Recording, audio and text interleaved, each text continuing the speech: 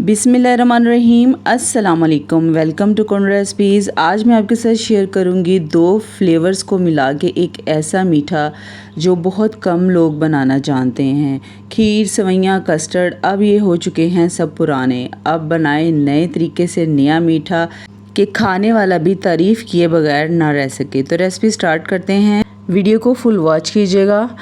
बिस्मिल्लाहिर्रहमानिर्रहीम। सबसे पहले कढ़ाई में डालेंगे चीनी। चीनी जो है ना ये 1 कप से 2 टेबलस्पून कम है।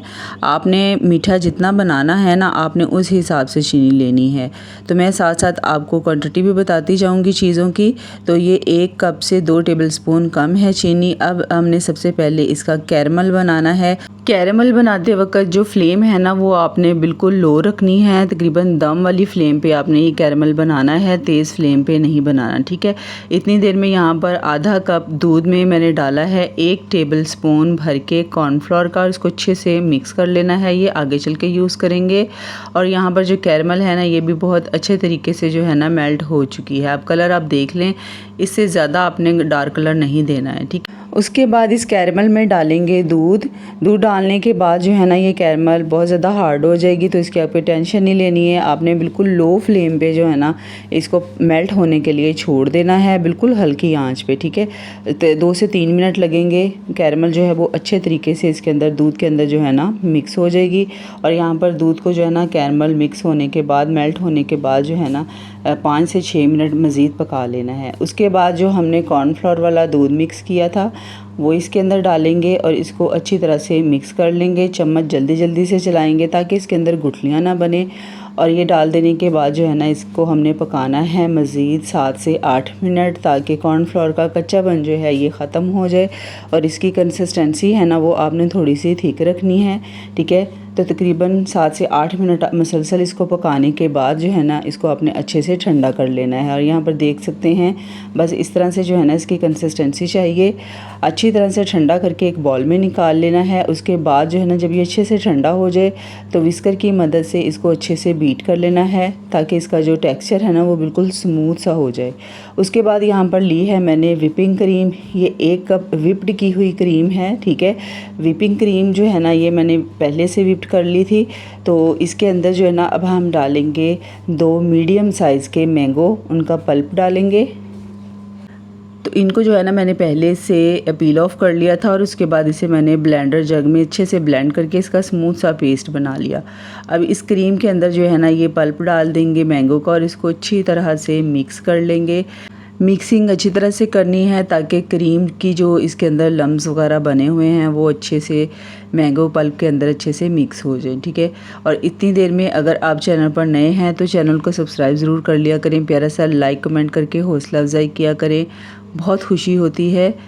तो आप लाजमी जो है ना चैनल को सब्सक्राइब किया करें। अच्छा, क्रीम और मैंगो के मिक्सचर को अच्छे से मैंने मिक्स कर लिया है। अब इसके अंदर हमने जो कैरमल वाला कस्टर्ड तैयार किया था ना वो इसके अंदर डाल देना है और इन तमाम चीज़ों को हमने दोबारा से अच्छी तरह से मिक्स कर लेना है।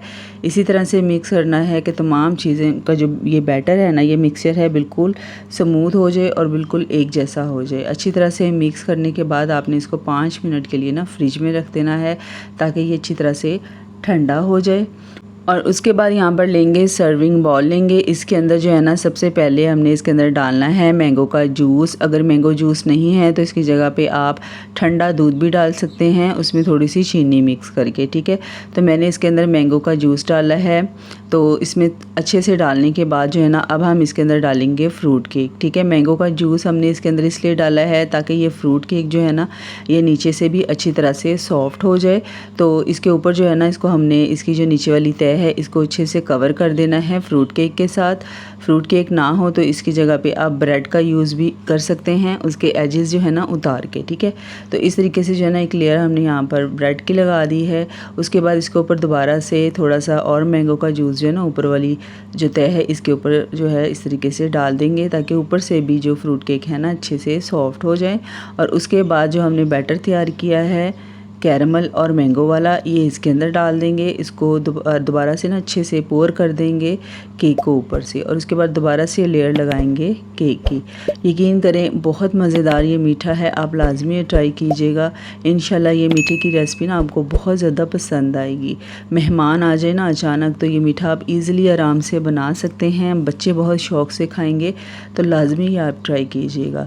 तो दोबारा से इसी अमल को दोहराना है। उसके बाद फ्रूट केक के थोड़े से पीस बचे थे, उसके क्रम्स बना के ना इसके ऊपर से गार्निशिंग कर लेनी है थोड़ी सी क्रीम और बादाम पिस्ता काजू के साथ, और इसको आपने अच्छी तरह से पहले ठंडा कर लेना है। और ठंडा करने के बाद ये हमने कैरमल मैंगो कस्टर्ड जो है ना सर्व करना है। यकीन करें बहुत शानदार इसका टेस्ट है, बहुत ज़बरदस्त इसका जायका है।